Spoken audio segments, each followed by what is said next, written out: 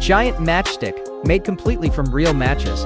It took days to put together, and the craziest part is the head built from thousands of tiny match heads. Hours of work, all for something that's going to burn in seconds. But the fun is in how it came together. Building something like this feels a little pointless at first. You glue one stick, then another, and it looks like nothing's happening. But that's how all strange ideas begin. Someone once built a machine that sliced eggs into perfect squares. Nobody needed square eggs. Nobody asked for them. But once it existed, you couldn't stop staring at it. That's exactly what this matchstick is. Nobody needs it, but now that it's here, you can't look away. As the layers grew, the whole thing started looking more real. And honestly, it reminded me of those useless but oddly satisfying inventions, like a robot designed only to fold socks.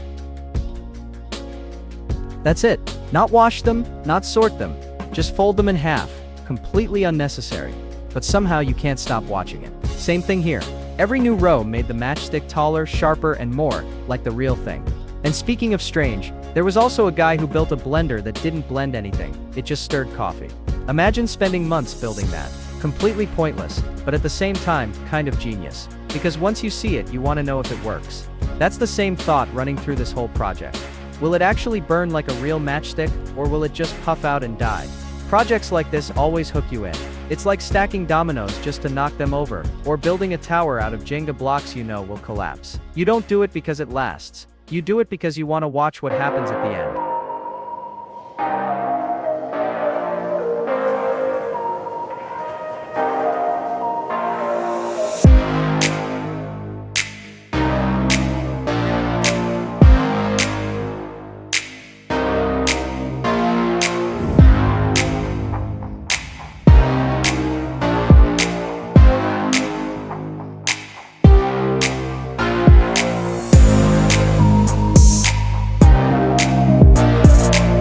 And then came the head.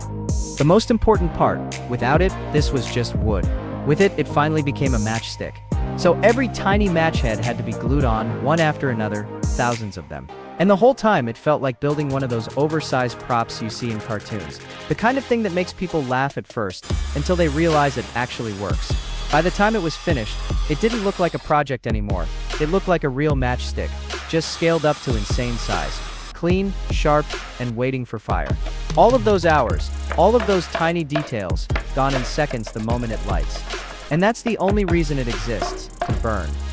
Making a box for a matchstick this size feels a little like making shoes for a dinosaur. You measure, cut, glue, and the whole time it feels ridiculous. But that's what makes it fun. It's not just a box, it's the house for something way too big to exist.